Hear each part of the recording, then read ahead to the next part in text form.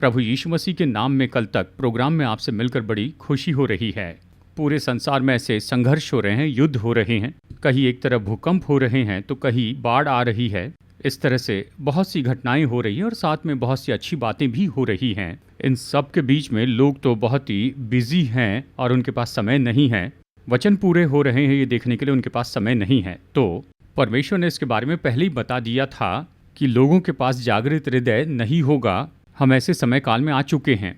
परमेश्वर ने हमें मौका दिया कि हम इसके गवाह हो और इसके लिए पवित्र आत्मा ने प्रकाशन दिया है। चलिए कल तक में आगे बढ़ते हैं। हमेशा जैसे सबसे पहले इस्राइल ईरान यूएस कॉन्फ्लिक्ट। अब इसमें हैरानी की बात यह है, जबकि हम देखते हैं इस युद्ध के पिछले 13 दिन रिकॉर्डिंग की तारीख के अनुसार इस युद्ध की तीव्रता बढ़ती जा रही है। अब देखिए, इसमें ईरान पर बहुत ही बुरी तरह से हमला किया गया, खासकर अमेरिकन बेस। अमेरिका की अर्थव्यवस्था को तोड़ने के लिए ईरान हमला करते जा रहा है। इसमें ध्यान से देखें तो अमेरिका की एमएनसी कंपनियों पर प्रभाव पड़ा है। एक तरफ सऊदी, कुवैत और इस समय वो बहरीन पर ज़्यादा गौर कर रहे हैं। तो अब तक हम यही देख रहे हैं कि इस युद्ध में अमेरिका पर बहुत ज़्यादा हमला करते जा रहे हैं। केवल इतना ही नहीं, लेकिन अमेरिका की अर्थव्यवस्था बहुत ही बड़े रूप में प्रभावित हुई और सेनेट में इसके बारे में बहुत चर्चा की गई। अमेरिकी सरकार को इसके बारे में बहुत ही कठोर शब्दों में बताया गया है। अब इसी के साथ इस युद्ध में सबसे टॉप विषय क्या है पूछे तो इस्राएल के प्रधानमंत्री ने कहा, उन्होंने क्या कहा, यूएस ईरान पर हमला कर रहा है, इसमें हमें दिलचस्पी नहीं। I am not interested in involve, इसमें पार्टिसिपेट करने में दिलचस्पी नहीं, इस तरह कहा। असल में ये युद्ध यूएस ने इस्राएल के लिए शुरू किया, लेकिन समस्या बाद में और ज़्यादा बढ़ गई। उसके बाद इस्राएल लीड करने लगा ताकि बार बार ईरान पर हमला करें और यूएस थोड़ा पीछे हट गया। ठीक है, हमें इस तरह से नहीं चाहिए, और इस तरह सहमति के लिए उन पर बहुत ज़्यादा दबाव आ गया, सभी देशों का दबाव आ गया। उसके बाद अभी देखें तो स्ट्रेट ऑफ हार्मोस अभी भी ईरान के नियंत्रण में है। इसके बारे में अपडेट क्या है पूछे तो हाउतीज ने लाल समुंदर की बाजू की जगह अपने कंट्रोल में ला ली है। स्ट्रेट ऑफ हार्मोस से, जैसे कि कहा जाता है, लगभग 30% तेल वहीं से तो पास होता है, और उससे भी ज़्यादा हाउतीज जो लाल समुंदर के बाजू में हैं, जो सऊदी अरेबिया के बाईपास में उस तरह से जाते हैं, अब हाउतीज ने उसे ब्लॉक कर दिया है। ईरान के कहने पर हाउतीज ने उसे ब्लॉक किया। केवल इतना ही नहीं, ईरान हाउतीज को हथियार भी दे रहा है। अब इसके कारण तेल की जो कीमतें हैं, एक बैरल के लिए, एक बैरल की कीमत $100 से भी ज़्यादा हो गई, जो अब तक नहीं हुआ था। यह और बढ़ेगा, सिलेंडर की कीमत बढ़ेगी, इस तरह से मंत्रियों ने पहले बताया है। तो ये ऊंचाई तक पहुंचना शुरू हो गया है। अब इसमें मुख्य बात यह है, जैसे मैंने कहा, इस्राएल इसमें जुड़ा नहीं है। ईरान पर हमला करने में हमें दिलचस्पी नहीं, पर वो यहाँ पर हमला करते जा रहे हैं। अगर इसे ध्यान से देखें, गाजा पर हमला कर रहे हैं, लगभग 12 लोग मारे गए। उन्होंने कहा फुटबॉल प्लेयर्स है, इस्राएल ने कहा ऐसी बात नहीं, वो आतंकवादी है, इसलिए हमने उन्हें मारा। अब ये किसी न किसी तरह से ट्रिगर होकर आगे बढ़ते जा रहा है। एक तरफ यूक्रेन ने रशिया पर बड़ा हमला किया है, वहाँ की बड़ी बड़ी कंपनी पर हमला किया गया है। रशिया अब तक इतना धीरज धरे है, मेरे हिसाब से ये तो एक विचार है। वो क्या है, परमेश्वर ने कहा मैं तुम्हें घुमा ले आऊँगा, यहजकेल 39:2 में। अब रशिया ऐसी जगह पर आ चुका है कि वो बहुत बड़ा हमला करेगा। यही तो हम देखते आए हैं। तो इस बीच में नाटो में बहुत सी समस्याएं हैं, स्पेन और यूएस की समस्या बढ़ती जा रही है।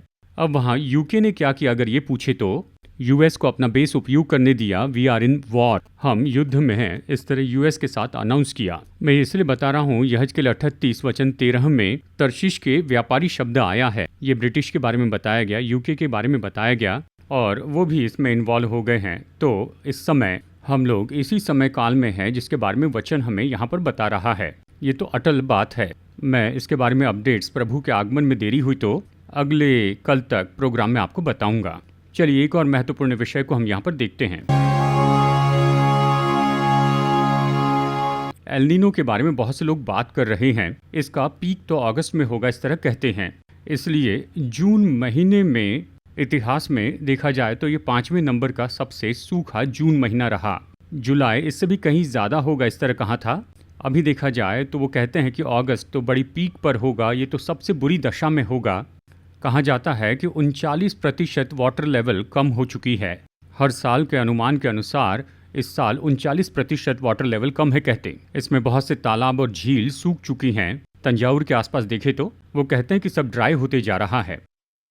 अब देखिए, जबकि मैं आपको समझ में आए इस तरह से बता रहा हूँ, साधारण रूप में 40 डिग्री से ज़्यादा तापमान है हर जगह पर फील्स लाइक 45 इस तरह से है, 35 37 होने पर फील्स लाइक 45 है। सामान्य लोगों को रात के समय में सोने में भी बहुत मुश्किल हो रही है।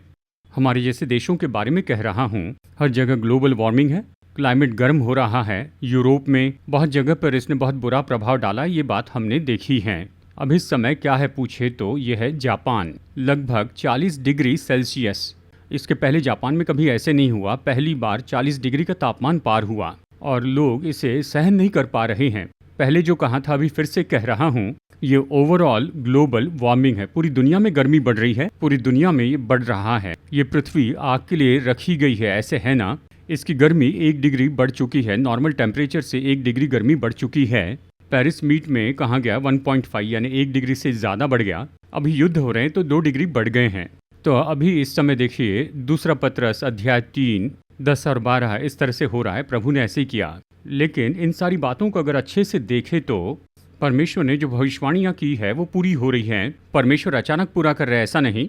परमेश्वर ने पहले से ये सब कुछ होने वाला इसके बारे में हमें बताया है। देखिए, हमेशा भविष्यवाणी तो हमें बचाने के लिए दी गई चेतावनी है, यह हमें डराने के लिए या परमेश्वर है इस बात को साबित करने के लिए नहीं है। परमेश्वर को खुद को साबित करने की जरूरत नहीं। प्रभु की इच्छा है कि लोग बचाए जाएं। निनवे के लोगों को पहले बताया, उन्हें बचाने के लिए। क्यों अहाब को पहले से बताया? उसे बचाने के लिए। उसी तरह से यहाँ पर पहले से परमेश्वर ने हमें बचाने के लिए ये सब कुछ बता दिया है। इस तरह से जो लिखा है ये 100% पूरा हो जाएगा। लेकिन इसके परे कल तक इस प्रोग्राम को रिकॉर्डिंग करने के पहले हम इस तरह से बात कर रहे थे और कल तक इस प्रोग्राम के इस आखिरी पॉइंट को हम देखते हैं। आखिरी पॉइंट क्या है पूछे तो देखिए, इतना कुछ हो रहा है। ये तो संसार के हिसाब से संसार में होने वाली बातों की सीरीज है। ग्लोबल वार्मिंग है, एल नीनो है, वॉर है और साथ ही इकोनॉमी की भी बात है। अब देखिए, इतना सचेत होकर वो डेटा देते जा रहे हैं। वो इस तरह से बता रहे हैं कि हम तो बुरी परिस्थिति में से होकर जा रहे हैं, हम युद्ध में से होकर जा रहे हैं। बहुत से विषय कहते हैं कि आपने इस तरह से पवित्र कलीसिया को देखा है। पवित्र कलीसिया, मैं किसी कलीसिया के बारे में नहीं कह रहा हूँ। पवित्र कलीसिया यानी मैं किसी डिनोमिनेशन या चर्च के बारे में नहीं कह रहा हूँ। मैं कह रहा हूँ हम विश्वासी के बारे में। मैं यहाँ पर कलीसिया यानी केवल विश्वासियों के बारे में कह रहा हूँ। अब क्या हम में इन सारी बातों के बारे में किसी तरह की सचेतता है? अब देखिए, संसार में जो जागरूकता है, हम में ये सचेतता नहीं है। बाइबल हाथ में रखने वाले लोगों में ये सचेतता नहीं। हाल ही में मुझे मौका मिला कि मैं प्रभु के एक दास से बातें करूं। उनकी बात मैंने ध्यान से सुनी। पिछली पीढ़ी जो गई उसके बारे में मैं विचार करता हूं। 1980 से 2000 तक या 2010 तक प्रभु कैसे दास, और इस पीढ़ी के पहले की जो पीढ़ी थी, उन्होंने पवित्र लोगों की, परमेश्वर के दासों की सही पीढ़ी तैयार की थी और फिर उन्होंने सेवा करके हमारी पीढ़ी को तैयार किया है और हमारी पीढ़ी इस तरह से तैयार हुई है। अब ये 2010 से 2026 तक के ये 15 साल या 26 साल देखिए, सामान्य रूप में कह रहे हैं कि कलीसिया तो बहुत ही बुरी दशा में चली गई है। देखिए, कलीसिया की सदस्यता बढ़ चुकी होगी, कलीसिया में आने वाले विश्वासियों की संख्या बड़ी होगी, लेकिन मैं तो क्वालिटी पर बेस करता हूँ। स्पिरिचुअल क्वालिटी, क्या आप इसमें बढ़े हैं?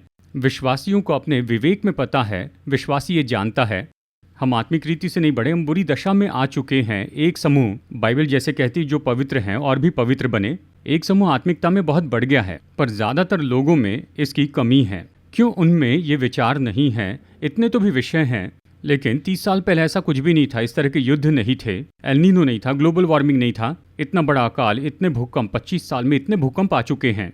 उसके पहले 1-2 ही आते थे, लेकिन उस समय वहाँ पर जो पीढ़ी थी, वहाँ की आत्मिक पीढ़ी में ये सचेतता थी। उसके आगमन के बारे में जिज्ञासा, उसके लिए पवित्र काम, कलीसिया के लिए जिज्ञासा, सुसमाचार प्रचार करने के लिए अंदर में भूख थी। अब इन सब में गौर से सुनिए, इन सब के लिए कारण क्या है? उनके पहले की पीढ़ी 1950 से 70 तक की उन पवित्र लोगों ने जो बीज बोए, उसके कारण ये बहुत अच्छी पीढ़ी बनी। हमने कहाँ गलती कर दी? अगर ये देखे तो पिछली पीढ़ी ने अगली पीढ़ी को तैयार नहीं किया। हम इसे अच्छे से देख सकते हैं। अब सब लोग तो एली जैसे कुर्सी पर बैठ गए हैं, सेटल हो चुके हैं। अब जो आने वाली पीढ़ी है, इसके बारे में मुख्य बात देखें तो आने वाली पीढ़ी उठाई जाएगी, इसकी बहुत ज़्यादा संभावना है। कारण यही है, भविष्यवाणी पूरी होने का समय आ चुका है, लेकिन इस समय कलीसिया बहुत लापरवाह है। कृपया करके समझिए, जागृति जिसे आप जागृति समझते हैं कि 50,000 लोग जमा हो जाएंगे या 1 लाख एक जगह जमा होंगे, ऐसा नहीं। जागृति ये बाहर से कलीसिया में नहीं आएगी, ये कलीसिया से बाहर जाएगी।